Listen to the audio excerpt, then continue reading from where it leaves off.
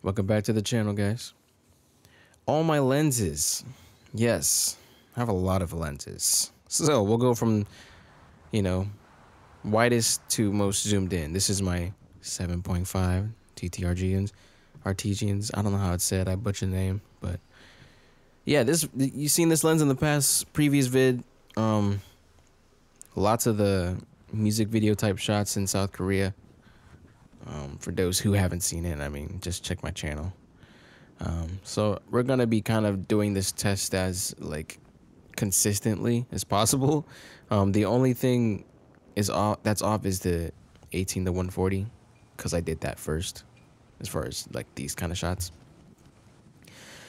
Testing the zoom or what's the focus the focus ring. Some of my lenses were dirty, so you might just have to deal with that. This lens comes with an ND filter, but it's not variable, and the ND is like 1,000. So that's why if I ever get close to a shot like this, then I gotta do that. But here's my next lens, my 18 to 55 Canon. One of my favorites, just because it's such a clean image, such a sharp image. And when I do this, that's how you know I have the lens on. So all these are color corrected just to give that look, like a cinematic-ish, music video-ish look, just to see how it performs, you know, the lens itself. And here's the zoom, or not the zoom, but the focus test. So usually I just kind of zoom in and get the focus breathing and kind of track where the grass is and follow that from going down and up, you know what I mean? Sometimes I'll go back and forth like this, going back. So this lens is really good for close-up shots too. This has an ND filter on it. A couple of the lenses will have ND filters on it, just so I can keep the shutter speed at a constant area, or, you know, my Nikkor DX the 18 to 140. Now, this is really a photography type lens. I can't get the aperture to move at all. Like, it's within, like, I can do it on my Nikon D3, but I can't do it on the Canon. So this is the result. You just get this dark image, and I have to like figure it out in coloring. So it's kind of hard, but I sort of make it work out. Ooh, dirty lens.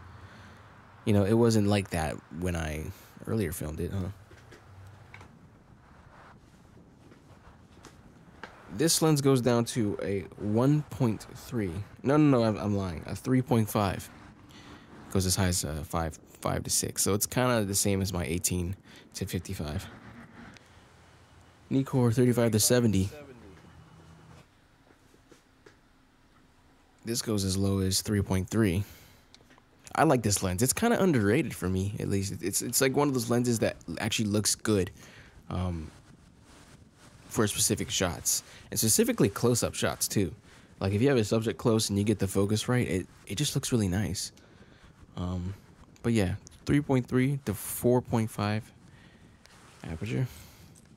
It's an autofocus. Most of these lenses are autofocus, so good for photography and autofocus, and they work great with my Nikon camera.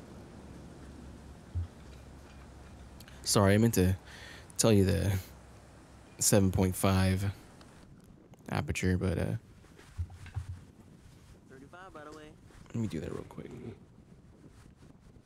Looks like it goes down to a 2.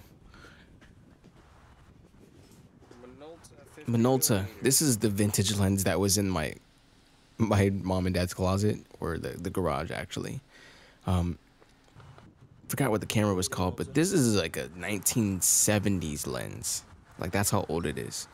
And it actually looks sharp, like really sharp for what it is. It's heavier than a lot of my other lenses. It's about almost the same weight as the 18 to 140, which is crazy. Just because it's like made of metal and stuff. The focus, like when you're focusing, it feels smooth. A lot of the lenses I have are pretty smooth, except the Nikkor 50, which I'm about to show in a couple seconds. But This is a smooth focus right here. Really good shots. Great for photography and portraits. ND filter is not on this one. It's like a 52 thread, and all the rest usually I have are like 50. Like this one, the Nikkor 50, I can fit my ND on this one. This is the one that has hard. It's like the focus. It's hard because it's not smooth. You know, when you try to focus on something, it's like like robotic and very stuttery or staggered or whatever you want to call it. But here it is. You know, looks great actually. Bit of a softer image, I'd say, but nonetheless, it does have really good focus. So this goes down to, I think, a 1.8, I believe.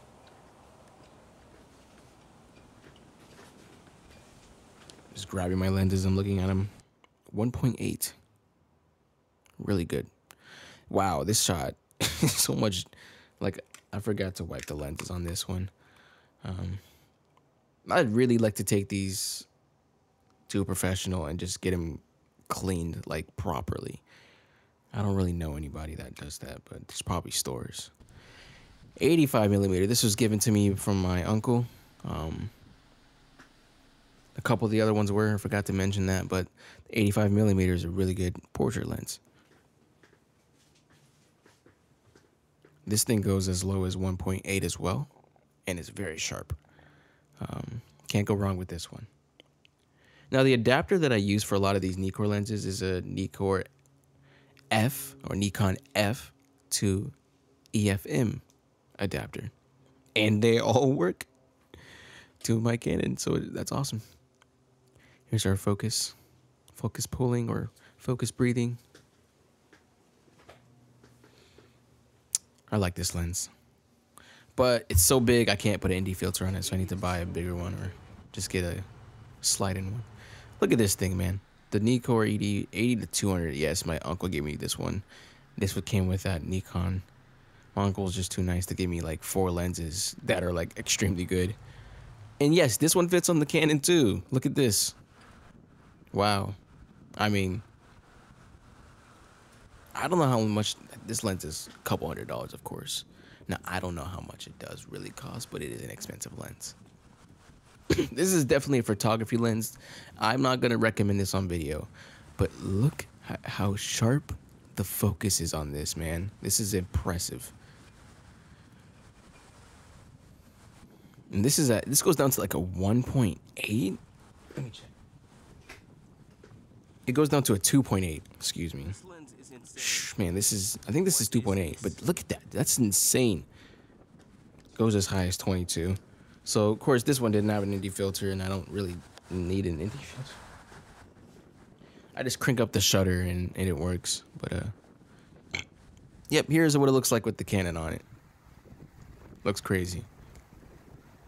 But the video's about to end, so that's all my lenses. Let me know if you got questions.